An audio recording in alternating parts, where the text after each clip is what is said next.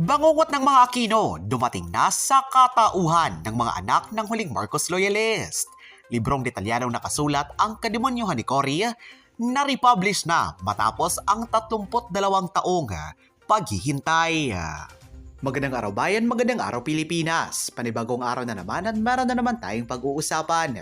Ngunit bago ang lahat, kung hindi ka pa nakakapag-subscribe sa aming channel, please do subscribe and hit the notification bell para mas maging updated ka sa mga newly released naming videos.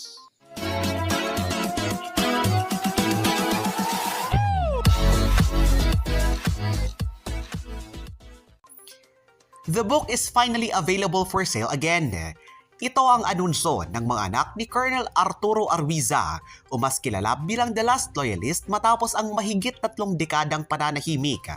Simula nang mailathala ng kanilang ama, ang libro na pinamagatang Ferdinand E. Marcos, Malacanang Tumakiki, na ngayon ay maaari nang mabili ng publiko saan mang panig ng mundo. Anila, kung naghahanap o mano ang mga anti-Marcos ng mga matibay na patunay sa mga huling sandali ng First Family sa bansa, ito na marahil ang kanilang hinahanap.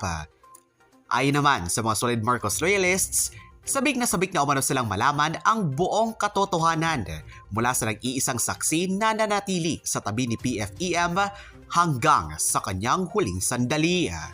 Narito ang announcement ng mga anak ni Colonel Arviza. Almost 34 years ago, one of the greatest presidents of the Philippines has ever passed away in the foreign country.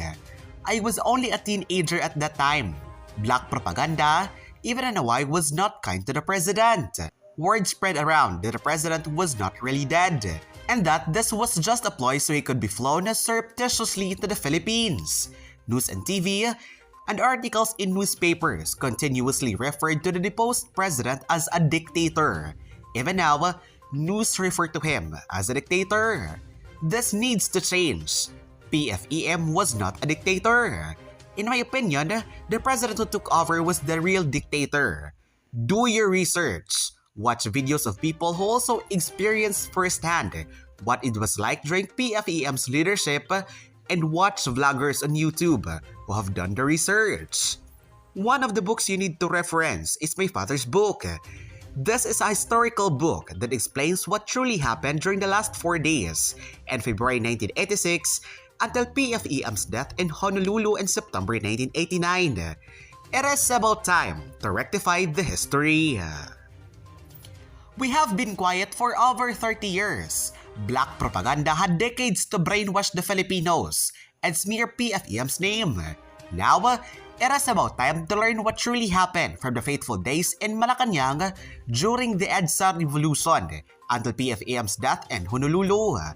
You need to hear from the one who witnessed it all, Colonel Arturo Arviza. He wrote his first-hand experience in his book, Ferdinand E. Marcos, Malacanang Tumakiki. Please do not dehumanize PFEM. He was not perfect, he made some mistakes, but he did great things for the Philippines. Find out from our father's book and see for yourself how PFEM was mistreated, disrespected, and betrayed by his so-called friends. Read how the Marcoses practically begged Cory Aquino for PFEM to be allowed to die in his beloved country. Did PFEM deserve to be treated in so inhumanely? How heartless can one be to deprive someone, especially the president who just longed to die in his country? Colonel Arturo Arviza was referred to as the last loyalist. He was President Ferdinand E. Marcos' aide-de-camp and confidant who dedicated himself to protecting the president for 21 years. He stood by PFM's side from 1968 until PFM's demise in September 1989 at St. Francis Medical Center in Honolulu, Hawaii.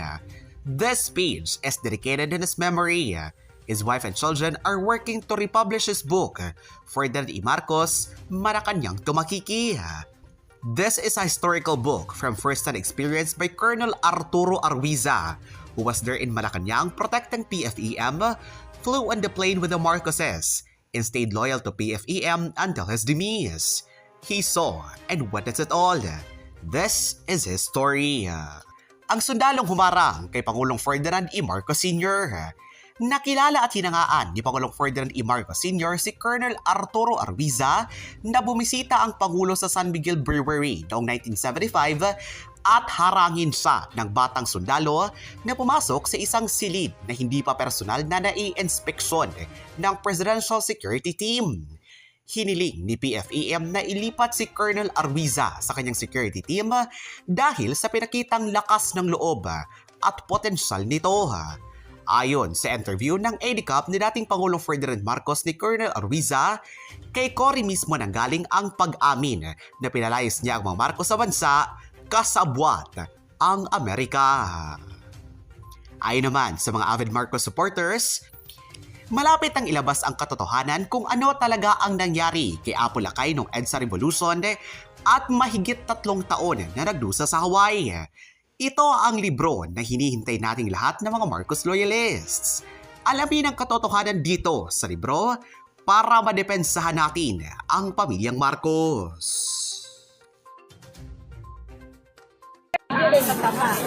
Opo. Opo. Dito po ako eh. Nay, 89 po kayo? 89? 89. Grabe, Nay. 1920. Grabe po, Nay. Sobrang pagmamahal sa mga Marcos. Kasi binigyan kami ng lupa ng Presidente Marcos doon. Bata pa ako. Sabi na sa kapatid ko, huwag pababayaan. Kaya binigay naman sa akin ng bato. Kaya po mahal na mahal yung si Marcos dahil binigyan po kayo ng lupa. At nakakarating pa ako ng Ilocos. Grabe, magna-90 kayo. Dapat po, nanay, may kasama po kayong medyo bata. Kasi may trabaho yung ako ko eh. Ganun po. Saan pa po kayo nakatira? Tundo po. Tondo. Opo, yung... Sino po kasama nyo? Pero may sasakyan po kayo. Ano? Oh my God. Sakay lang kami ng kaya po. Grabe naman, ay. Talaga, yan ang mga... May pumilit sa inyo ditong pumunta? May pumilit pong pumunta sa inyo? Wala po. Wala po. Kusang loob.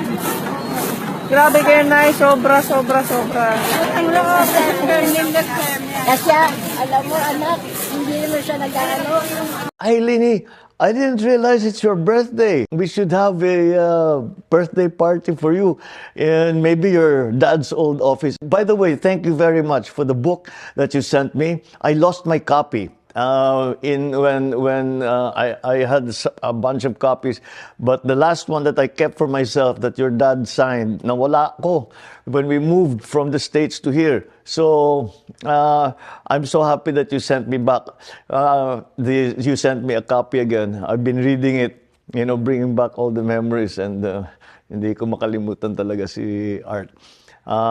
But on a happier note that it is a nice birthday that you will be celebrating. Like I said, hanapin natin yung opisina ng dad mo. Tapos doon tayo mag-celebrate. Anong masasabi niyo ukol rito, mga kababayan? Just comment it down below sa comment section and give a massive thumbs up kung nagustuhan mo ang paksang ating tinalakay. At huwag kalilimutang mag-subscribe sa channel na ito. Maraming salamat sa inyong walang sawang panonood.